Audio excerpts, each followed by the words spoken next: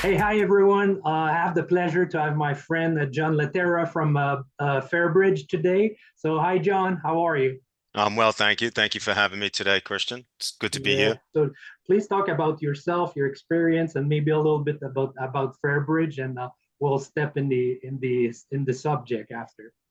Yeah, I'm happy to. I'll keep it nice and brief. I am one of the co-founders of Fairbridge Asset Management. We are a national REIT, real estate investment trust. We specialize in credit strategies. So we are a debt REIT. We take first position senior mortgages on predominantly commercial real estate throughout the United States.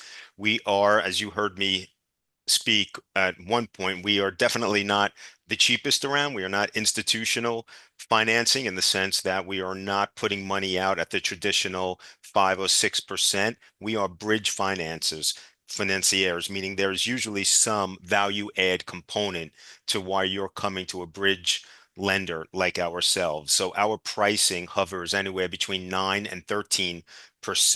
And our maturity and the maturity of these loans historically hover around 12 to 24 months. So again, we provide a value add financing, first position senior mortgages on commercial assets throughout the United States. And just in doing a couple of these speakings and speeches and talks and being at different conferences, I know people define commercial real estate in a couple of different ways. And just to be very clear, when I mention commercial real estate, I'm not only speaking about commercial real estate in the sense of office buildings or retail. So commercial, at least in New York, is anything above a four-fam house. So we're really concentrating, when I say commercial real estate, on multifamily. So there's got to be some sort of residential component to what we're lending on. We do look at other asset classes, but predominantly we like to be in the multifamily residential space. Good, good. So let's talk about the present market. Uh, do you think that the interest rate, first of all, do you think that the interest rate will go down with the election year, or Yeah, I get this question all the time. Like, how do interest rates affect us? What do you think is going to happen with interest rates? And, whether interest rates go up, whether they go down, I'm a firm believer when it comes to what we do and when it comes to real estate that I've always taken the position that only the paranoid survive. So as a lender, that's my position, right? So I'm constantly paranoid and always watching and just assuming everything is going to go wrong. But since I'm one of those believers that only the paranoid survive, I'd rather just concentrate on taking care of my downside, and the upside usually takes care of itself. So rather than sit here and try to predict the future of what interest rates are doing. Are they going up? Are they going down? Or try to predict the future or certain make my investment strategies dependent on those predictions. I prefer to just stick to the basics, which for us is just identifying the right assets in the right markets and utilizing the correct amount of leverage and focus on the long term. And I've been doing this for 30 years now. And as long as I am disciplined at following my strategy, I don't want to sit here and say I don't care what goes on in the markets. I mean, yeah, yeah. I watch the markets, I study the markets, and I understand what's going on a very macroeconomic scale. But all that being said, real estate is about sticking to the basics, like I said, and as long as I stick to those basics, we are covered. So whether interest rates continue to rise, whether interest rates fall, it Or really no, doesn't. or who's on the chair at the presidency doesn't matter, doesn't affect us. So, oh, that's great. Again, it Let, affects us in certain ways. Now, obviously, without getting too much into detail, where interest rates are affects the way we stress test deals and the way we diligence deals, and our algorithms are obviously going to change somewhat. If we're doing exit strategies based on a 2 or 3% interest rate, obviously that exit strategy and that loan amount is very different at a 6 or 7 or an 8% interest rate. So that's where we are watching what goes on in the markets. But again, I mean, as long as what the point I'm really trying to make is we don't concentrate on it. Like I said, it's not something that we're constantly concentrating on. I'd rather concentrate on just sticking to the basics of real estate like I've been doing for the last 30 years. And like I said, the upside takes care of itself. You have to be in this for the long term.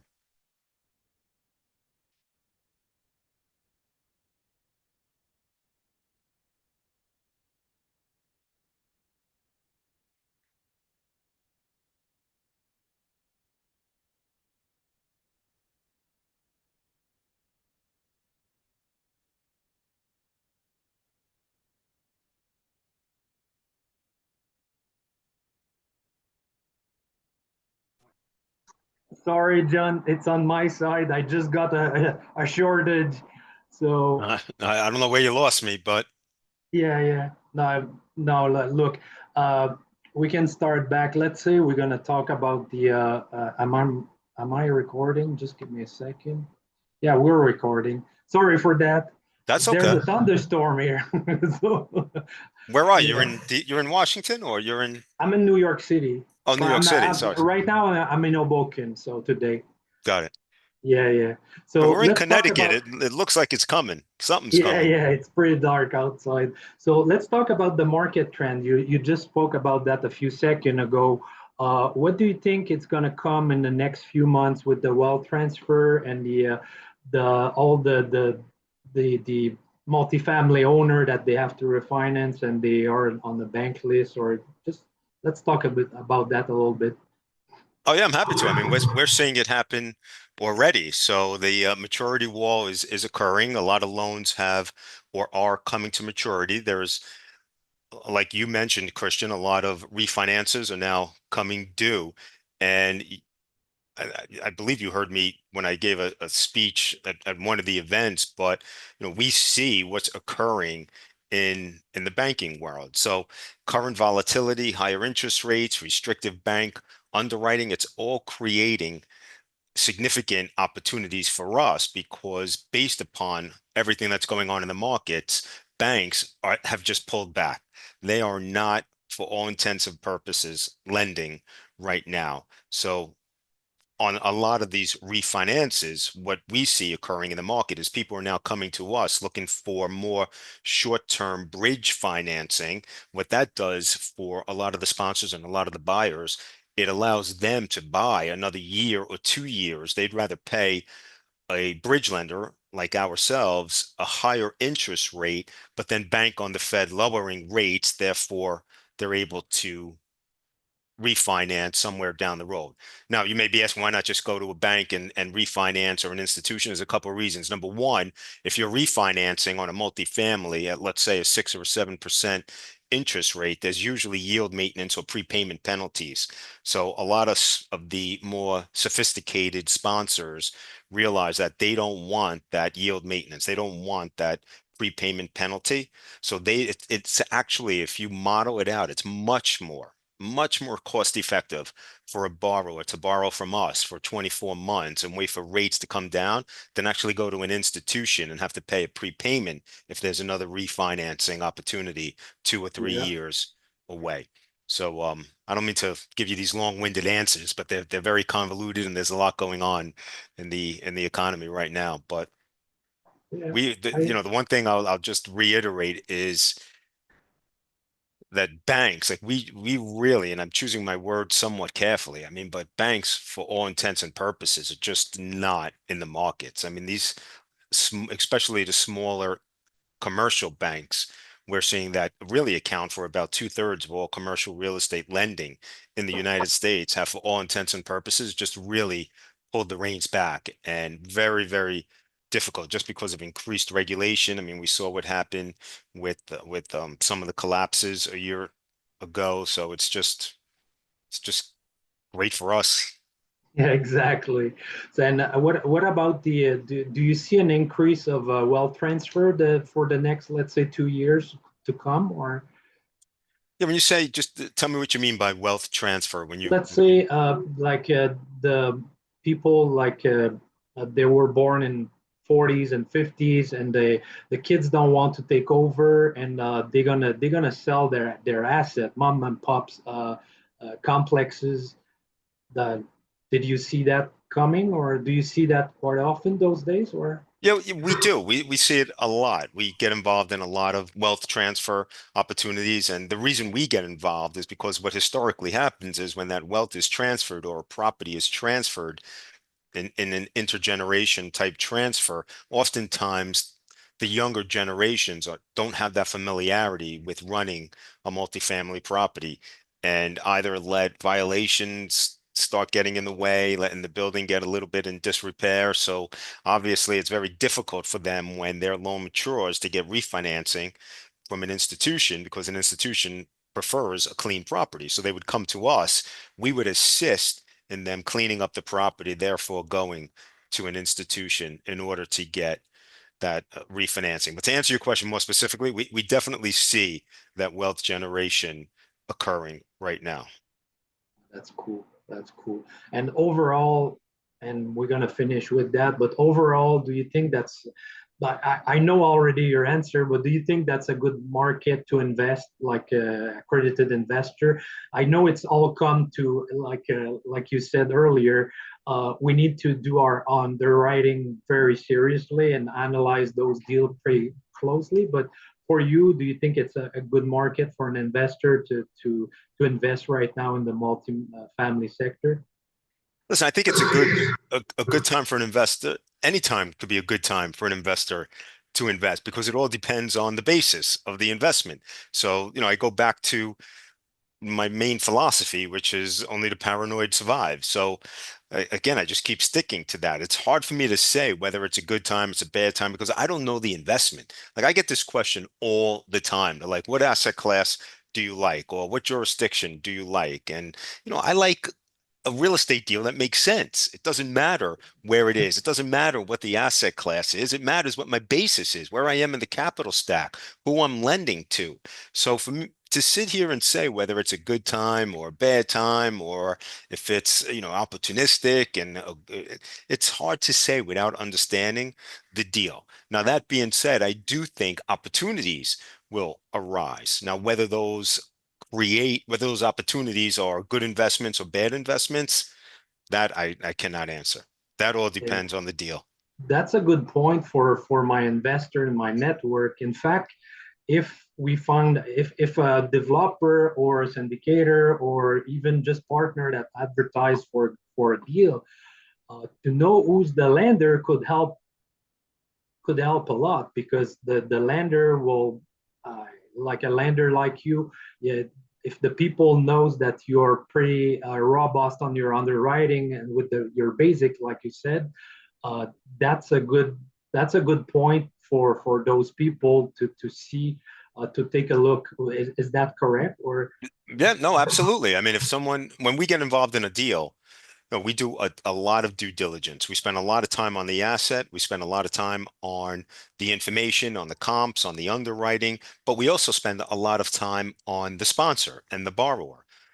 And we've seen, and I say this often, but we've seen good sponsors able to take bad assets and completely turn them around. But we've also seen bad sponsors take good assets and just completely mess them up. So we spend a lot of time really okay, diligencing the sponsor as well as the asset. And then the other part I would add in real estate is, people often forget that real estate is a full contact sport. Like you cannot do real estate. And I have this debate with so many people in the industry, especially in my industry.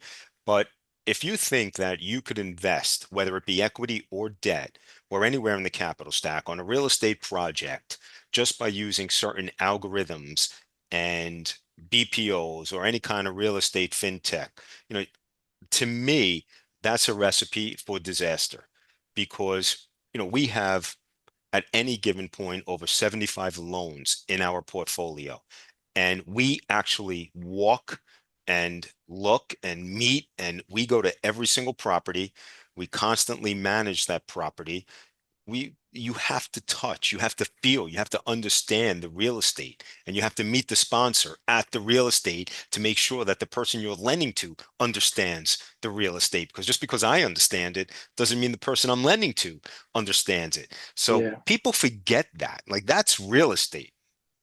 Yeah. So if you have like one advice, what's the most important thing to look as an investor, uh, how to figure what's the most important thing before investing that you would suggest to let's say a rookie investor that just got his physician license, for example. Yeah, so listen, here's the best advice I could give for anyone who's just getting into real estate is, and I had this conversation. I had a dinner last night with a an investment seminar, and they had asked me to say a few words, and the same exact question came up. And my answer, if you're just starting out in real estate, number one, do a lot of due diligence on the sponsor. And if you're going to get involved in a deal, get involved on the debt side to start because you control the deal. You don't want to start partnering in an equity position with other sponsors when you're a rookie because and this is why we do zero equity. I don't get involved in equity at all. And I get the question all the time, why aren't you doing equity? And I don't do equity because I understand real estate and I understand how equity owners keep their books. And when I look at those books, if I'm in an equity position, I can almost guarantee you we're going to end up in court at some point because there's a lot of ways to manipulate the books when you're on these equity transactions. What I like about being in the debt is that I control the capital stack. I don't care what goes on below me because if there's an issue, I'm just going to wipe everyone out and foreclose. So the best advice I could give is if you are getting involved in the equity, then make sure you own all the equity. If you're not getting involved or if you're not owning all of the equity yourself and you think you're going to come in on an LP or just get involved with other equity owners, I would say take a debt position or a pref equity, or just make sure you have some sort of control rights. Like that to me is extremely, extremely important. Okay, cool. Now that's really, really good advice. I like to have the feeling of every uh, person involved in the industry. So that's why you're here today, and I really, really appreciate it. I'm gonna let the your contact, if you're okay with that, Yeah, that'd to be great. my people.